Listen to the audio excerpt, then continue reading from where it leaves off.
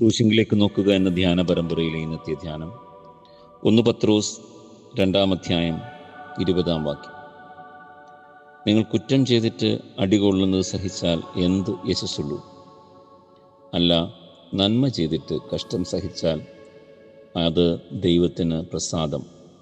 അതിനായിട്ടല്ലോ നിങ്ങളെ വിളിച്ചിരിക്കുന്നത്. നന്മ ചെയ്തിട്ട് കഷ്ടം സഹിച്ചാൽ അത് ദൈവത്തിന് പ്രസാദം. അതിനായിട്ടല്ലോ നിങ്ങളെ വിളിച്ചിരിക്കുന്നു. ക്രൂശിങ്കിലേക്ക് നോക്കുമ്പോൾ നാം കാണുന്നത് കഷ്ടതയാണ്. കഷ്ടതയുടെ സഹനമാണ്. കഷ്ടതയിലൂടെ കടന്നു പോകുന്നതാണ്. കഷ്ടതയെ ഏറ്റെടുക്കുന്നതാണ്. എന്നാൽ ആ കഷ്ടത ഒരിക്കലും കുറ്റം ചെയ്തിട്ട്, തിന്മ ചെയ്തിട്ട്, അരുതാത്തത് ചെയ്തിട്ട് ഉള്ളതായിരുന്നില്ല.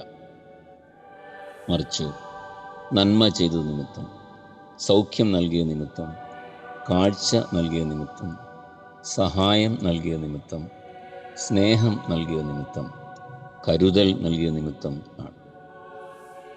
അതുകൊണ്ട് തന്നെ ക്രിസ്തുവിനെക്കുറിച്ച് ഈ വേദഭാഗം പറയുന്നു, അവൻ്റെ അടിപ്പിണരുകളാൽ നിങ്ങൾക്ക് സൗഖ്യം വന്നിരിക്കുന്നു.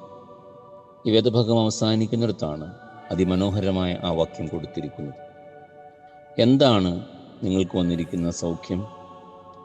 നന്മ ചെയ്തിട്ട് കഷ്ടം അനുഭവിപ്പാനുള്ള സൗഖ്യം.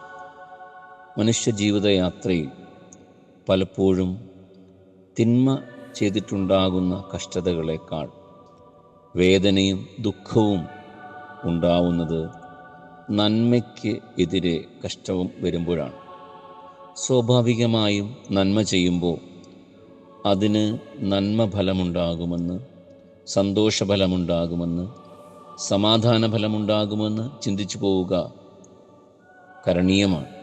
എന്നാൽ ജീവിതാനുഭവങ്ങളും ലോകാനുഭവങ്ങളും നമ്മെ പഠിപ്പിക്കുന്നത് നന്മ പലപ്പോഴും കഷ്ടതയാണ് നമുക്ക് മടക്കിത്തരുന്നത്.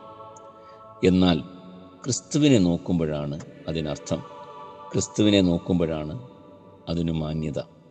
അതുകൊണ്ട് ക്രൂശിങ്കിലേക്ക് നോക്കുക എന്ന ധ്യാന പരമ്പരയിലെ ഇന്നത്തെ ധ്യാനം കർത്താവായ യേശുക്രിസ്തുവിൻ്റെ ക്രൂശിലേക്ക് നോക്കുമ്പോൾ നന്മ ചെയ്തിട്ട് കഷ്ടം സഹിപ്പാനുള്ള കൃപ, നന്മ ചെയ്തിട്ട് കഷ്ടം സഹിപ്പാനുള്ള ധൈര്യം, നന്മ ചെയ്തിട്ട് കഷ്ടം സഹിപ്പാനുള്ള ബലം ദൈവം നമുക്ക് തരട്ടെ. ആമേൻ.